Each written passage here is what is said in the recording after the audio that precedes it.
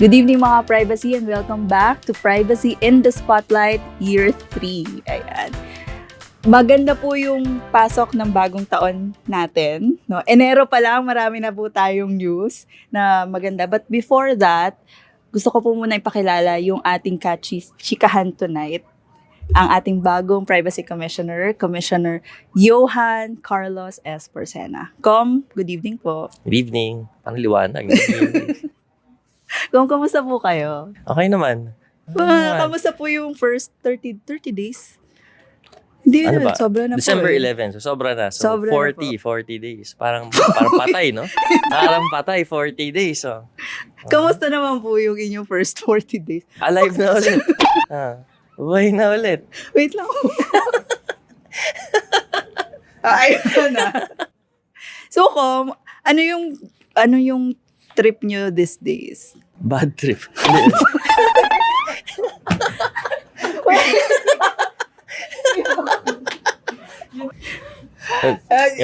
Okay na po yun. Pala may baong jokes, no? Oh, ikaw. Ano lang to? Dry run. Para pampawala lang ng kaba. Yan. So, Com, ayan po, no? Dahil bagong Enero pa lang po, Com, actually, naka-receive na po tayo ng award, no? Sa ASEAN Digital Awards 2026. Nag-bronze po tayo for Privacy in the Spotlight pa rin. Com, medyo proud po ba kayo? Congrats, ha? Congrats Thank you to rin you po. and your team. Yes po. And sinasabi ko nga po nakaraan pa at dati pa, this is the second time po kasi and international na siya.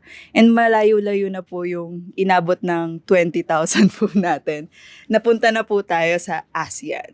Regional na po tayo. So, parang masaya po yung buong team. Kayo po, masaya po ba kayo? Siyempre, kahit na wala pa akong ambag, no? Ito pala yung first na ambag ko actually sa Privacy in the Spotlight, no? But I'm proud. Pero Na sana po marami pa po kayo. Award-winning tong talk show na ina-attendan ko. Opo. Ganun po talaga. At dahil po dyan, Com, willing po ba kayong sumagot ng mga questions? Personal questions po. Personal, sige. Sige. Guys, sana may trabaho pa ako pagkatapos nito. Question po, at ang dami po kasi talaga nagtatanong. Single pa daw po ba kayo? Yung legal marital status is single, but I have a girlfriend. Actually, pag tinan niyo yung picture ko sa oath-taking ko, no? So, I was with my mom and yung girlfriend ko was with me. So, kung curious kayo kung ano yung ng girlfriend ko, yun, hanapin niyo lang ano na yun. Hindi nyo Photo malalaman na it's kasi there. si Com dyan ay walang social media. Bakit po? Unless may Friendster nga kayo, guys. Para sa mga Gen Z dyan, generation gap ang tawag dyan. Pero may Friendster ako. Add nyo ako, siguro nyo akong testimonial. Kung wala po Friendster, wait lang. May MySpace pa po kayo, hindi na nga po kilala. Wala, hindi na ako nag-MySpace actually. Wala akong MySpace. Tumblr. Wala akong Tumblr. Pero bakit po hindi kayo nag-Facebook? Ano siya? True practitioner of privacy tayo. Pagdating sa ganyan. Pero I suppose, after Friendster kasi when I tried it out, parang not for me eh. Parang not for me, I suppose, na popost ka ako na yung update anong ginagawa mo sa buhay, ganyan. Tapos Kahit magko-comment yung Instagram, mga wala tao, din ganyan. po. Wala rin. When I take photos actually, mostly yung photos ko is what I see. So, pag nagpupunta ako na ibang lugar, hindi yung parang naka-selfie ka, kita, nakagano ka, di ba? Hindi gano'n, or papapicture ka sa ano. Normally, when I take photos, it's really what I see. Para when I look at it, I remember kung ano yung nakita ko at the time.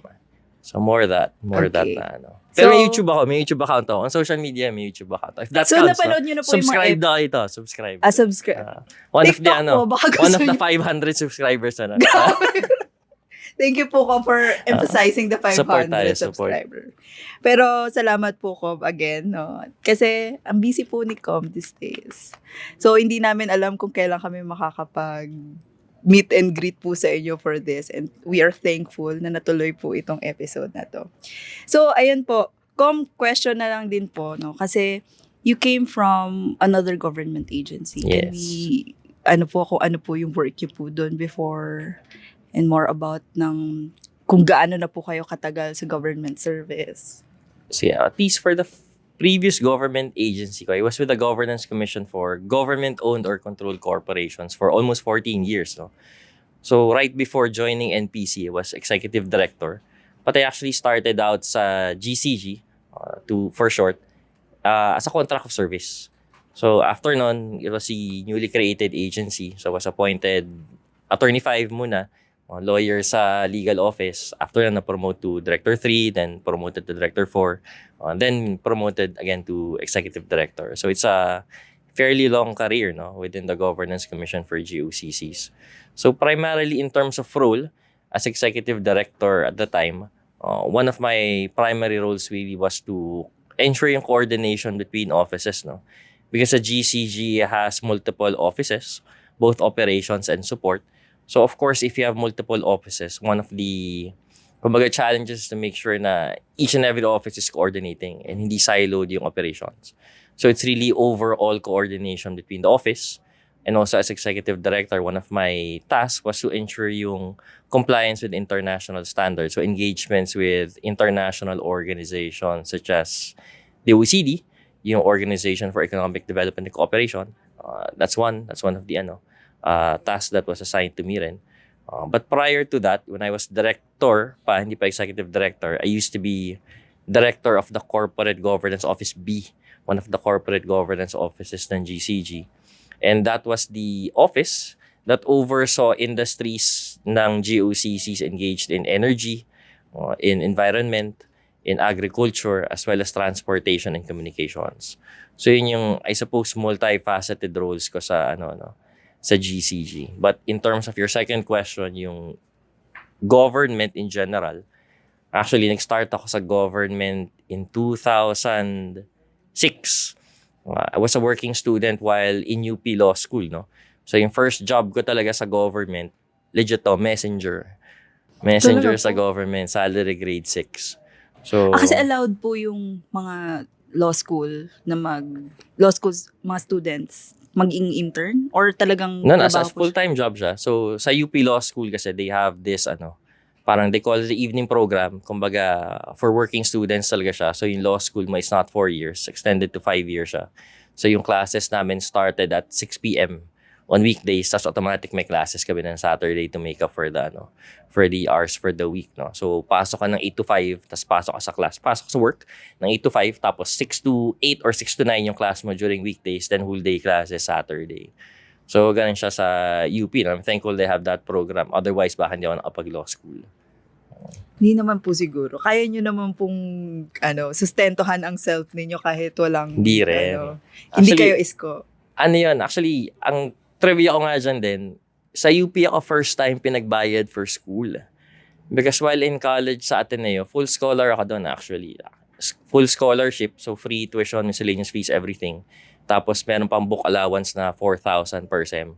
So ang joke ko nga is nasa Ateneo ako pa yung binabayaran nila para mag-aral doon. So high school, ganun din. Full scholar ako na private school nung high school. Tapos yung elementary, public school eh. So ang binabayaran lang namin yata sa public school at the time was library fees, tsaka yung para sa Boy Scout. Oh. If I remember correctly, no, yun yung binabayaran namin. So Pero sa UP lang ako pinagbayad talaga. Ano pong program yun sa Ateneo ko? Program? Prilo nyo po. Pol-Sci. Political Pol-Sci. Science. So talagang goal nyo po talaga maging abogado. So high school pa lang, yan yung pangarap na natin sa buhay. No? Bakit po wala kayo sa yung nag-litigation? Nag-litigate ako for a year actually. After graduating for law school, I joined a law firm in the litigation department of that firm. Tapos 1 year in, na-create yung GCG. So hindi na po kayo nakaalis sa government after? Di na GCG tayo kayo nakaalis. diretso? So tayo, na-lock in Na-trap tayo in na a kayo. way. Na-trap. Yun, na-trap. No? Na-lock in tayo. Because when I went to Stanford, to Stanford for my master's. Nasa government na ako na. It was 2014. So one of the conditions kasi pagka government scholarship of course, is meron kang bond. May service bond ka. No? So pagbalik ko ng 2015 after graduating ng master's ko sa Stanford. So 2 years kang required mo work sa government. So wala din silang choice kundi i-keep ka po. Ibalik ako. Pabalikin ako. So, yun. Na-lock in tayo for that time. Tas I enjoyed my work naman sa GCG. So, it's really public service and of course is one of the factors na nag-drive sa atin to continue work in government. Particularly interested din naman ako sa politics and governance kasi pol-sci din naman ng college. Kung tama po ba na sa GCG, kayo din po ay data protection officer? Yes. So, DPO ako ng GCG. Ever since nagkaroon ng... Kailan po kayo na-appoint as DPO? 2024, I think. When I became Oh. executive director. So, sa akin na pinasa yun. No? Pinasa. Grabe naman parang obligasyon po talaga. Pinasa. So, may obligasyon din po No, talaga. pero really at the time kasi ano yan na-volunturo lang talaga yan Nobody volunteers to be DPO, mahirap not for po kasi. government, not in the private sector even, no? I suppose kung wala silang specific position for that, nobody volunteers for it because it's really a difficult job, no? It's a big responsibility for any officer. And that's not even your primary work or your sole work, parang Kasi designated sideline mo lang yan, tutuusin, di ba? So, nobody volunteers for it. So, nung naging executive director ako, sa akin na pinasa ng commissioner dati yung Yung DPO obligation, namin, DPO. dahil So, ED ka na. So dahil po since naging DPO kayo, tapos ngayon regulator kayo, anong difference ng burden? Or ano pong mas mahirap? Or can you describe kung anong mas bet nyo pong trabaho maging DPO or maging regulator? How do you describe the difference between the two? Difference would be perspective, I would suppose, no? Kasi kami sa GCG, no? Of course, regulator and overseer din kami of GOCC. So, it's a different perspective. But yun, since galing DPO ako, going to NPC, which is a regulator, yung perspective ko really comes from the perspective of the stakeholder, the DPO. So, not as regulator.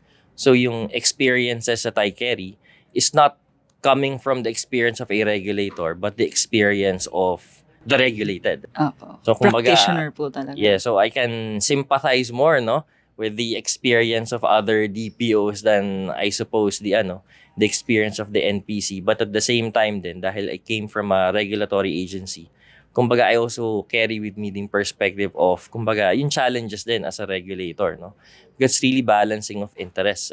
Of course, there are interests of the regulator. There's a certain outcome that we want to achieve. But at the same time, yung from the perspective of the stakeholder naman, yung DPOs, para namang medyo imposible yan, sir, diba? Parang ganyan. Baka pwedeng we can meet in the middle. And that's really consensus building, no? Which is part of government, really. To come at a middle ground na you can still achieve that outcome that you want without having that much regulatory burden dun sa nire-regulate natin mga entities and individuals. Marami din po kasi yung taga-NPC tapos naging practitioner na sila. And medyo nagsasabi na ibang-iba po talaga yung function na ikaw yung DPO and iba rin yung, ito yung gagawin mo kesa sa, ito yung dapat mong gawin. Kasi pag sa NPC, we issue yung mga compliance, yung mga policies. Pero iba din yung pag ikaw na yung gagawa mismo ng policy. So ano po yung parang feeling ninyo yung naging substantive na nagawa ninyo as a DPO for GCG? Substantive part, I suppose, is really yung policies within the commission. So, even as something as simple as yung CCTV policy ng commission, yung to constitute yung breach response team namin, because of course, IT-intensive din kami. We maintain an integrated corporate reporting system, which is a central repository of GOCC information that's separate from our website. So, of course, meron din mga parang attempts to hack, parang ganyan. So, may mga din yan. So, yun, creation of that breach response team. And even yung simple policies within the organization na really it's about awareness about yung privacy matter. So, kahit yung mga papel-papel lang, PSB, ganyan. So, kumbaga, kung practice normally before was, kumbaga, yung mga members ng PSB, padala niya na ng nung, ang tawag nila ron? Yung profiles ng mga candidates for PSB, ganyan. So, bibigyan nila yan. So, after nung, kalimutan na. Parang ganon. But yung paper nin contains sensitive personal information of the applicant. So, even a simple practice na you need to know sino yung binigay nyo, ilan yung binigay nyo, and after nung PSB, you need to collect it back and dispose it properly. Na hindi yan pasok sa policy namin na sustainability na dahil one side hindi yan yung pagtapos na lagay niya rin sa gilid nung para photocopier para scratch paper yung likod. Bawal na po ngayon. Hindi yan yun doon. That's not the kind of document na pwede mong ilagay doon sa recycling natin, pile, parang gano'n. So, simple matter sa gano'n actually is very rin. Important, no? Kasi one time, meron po ako napuntahan na parang ginawa nilang scratch papers yung next. Nilagyan nilang parang pang bond. Tapos, yun yung scratch paper na sinusulatan ng mga customer nila. So, parang Hindi po pwede yan. Di ba? Kasi yung mindset mo is, we want to be environment friendly Opo. talaga. We want to be efficient in the use of our resources. So, kumbaga, it makes sense na ano. Pero yun Pero nga, not dapat for all. mindful. So, there ano has to be that consciousness din na, ay, nga pala, baka, may nakita ko, personal PDS, data to. or SALN. SALN, hindi naman siguro mapipisplace yung SALN, because there's really a committee that, holds it. Pero, yun, everything else that handles sensitive personal information. Like, sa amin sa GCG, we process nominees for GOCC boards of directors. So, yung Personal processing data nun, din po personal yun. data yun. So, Opo. even yung mga clearances nila. So, makikita mo siya kung sino yung may pending case. Parang ganyan. Of course, but these are things that you don't, kumbaga, disclose to anyone ng basta-basta without any consent of the individual concerned. So, yun, small things na ganun, no? So, it doesn't have to be really big issues regarding privacy, but even the simplest things. Kung minsan Even, nga yung diba? mga simple things lang, yun pa yung it matters most kasi kumbaga maliit lang na bagay, yun pala breach na pala siya. Yes, and It can hindi mo harm alam na people. breach siya. Opo. Diba? You wouldn't know na breach siya unless you're really aware of it. Yes. So, that's part of it. That's part of the job, no? And ngayon po, since yon from GCG as DPO, ngayon Privacy Commissioner na kayo, ano po yung direction ninyo for the NPC? And yung priorities po ninyo your term? In terms of direction and priorities, it's really broadening the reach of NPC, no? So it's really creation of awareness dun sa data subjects natin. But at the same time, it's really guiding and empowering our personal information controllers.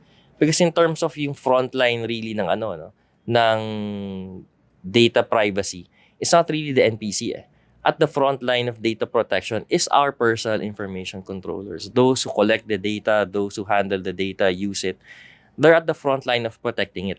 So we just give them guidelines, standards to follow so that, first and foremost, they're aware of what they're supposed to do regarding the data that they collect and that they use.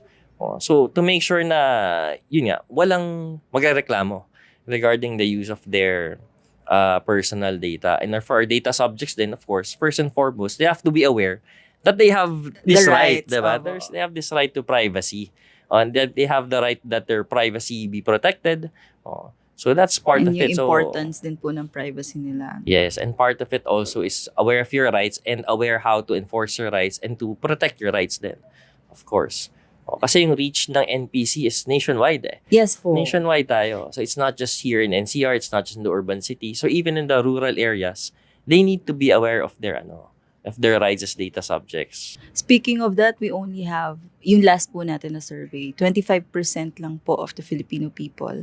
Yung, kasi, yung sample size ng survey na yun is 1,200 and only 25% alam na may DPA. So parang, ansan ba nagkulang or yun yung mga concerns po natin. But hopefully sa next po na survey ay medyo tumaas-taas naman din. Do you have any message sa ating mga PICs, PIPs and also sa mga kababayan natin ka-privacy regarding sa kanilang obligations, responsibility, and of course their rights? Sige, so I suppose for our PICs, the message really is, of course, we're a regulator as NPC, pero you should think of us as partners effectively, because that's what we are naman talaga. Whenever we want to achieve a certain outcome, we need to be able to help each other. So it's really part of yung consultative process, should be part of it. So I met with yung Data Privacy Council, which is a multi-stakeholder organized na body. So we get inputs from you so that we can hear your thoughts then on how we implement the Data Privacy Act and its implementing rules and regulations. Because we want effective implementation. So it's really partnership between us and the PICs. And for our data subjects, it's really, I suppose, yung NPC is also open to your inputs, ideas. Of course, hindi lang naman may complaints na pinagpapadala ko ng reklamo, ganyan. Pero it's really part of it, stakeholder engagement. And that's really not just a whole of government approach, really a whole of nation approach na to Kasi it's really government and private sector working together to protect your rights, Because really that's a role of government, Diba? Protecting the rights of its citizens. But at the same time then, kumbaga, we need to help you protect yourselves. Ayan. So, Kom, maraming salamat po. Maikli lang po ang ating episode kasi alam kong busy po kayo. And for those, our mga ka-privacy, to know more about the National Privacy Commission, our programs, activities, you may visit our website at privacy.gov.ph. Also, please like us on Facebook at National Privacy Commission. Follow us on Instagram and X or formerly Twitter at PrivacyPH. At kung meron po kayong mga gustong i-share na kwento na related sa privacy, you may email us at spotlight@privacy.gov.ph. Kita-kits po sa ating next episode ng Privacy in the Spotlight.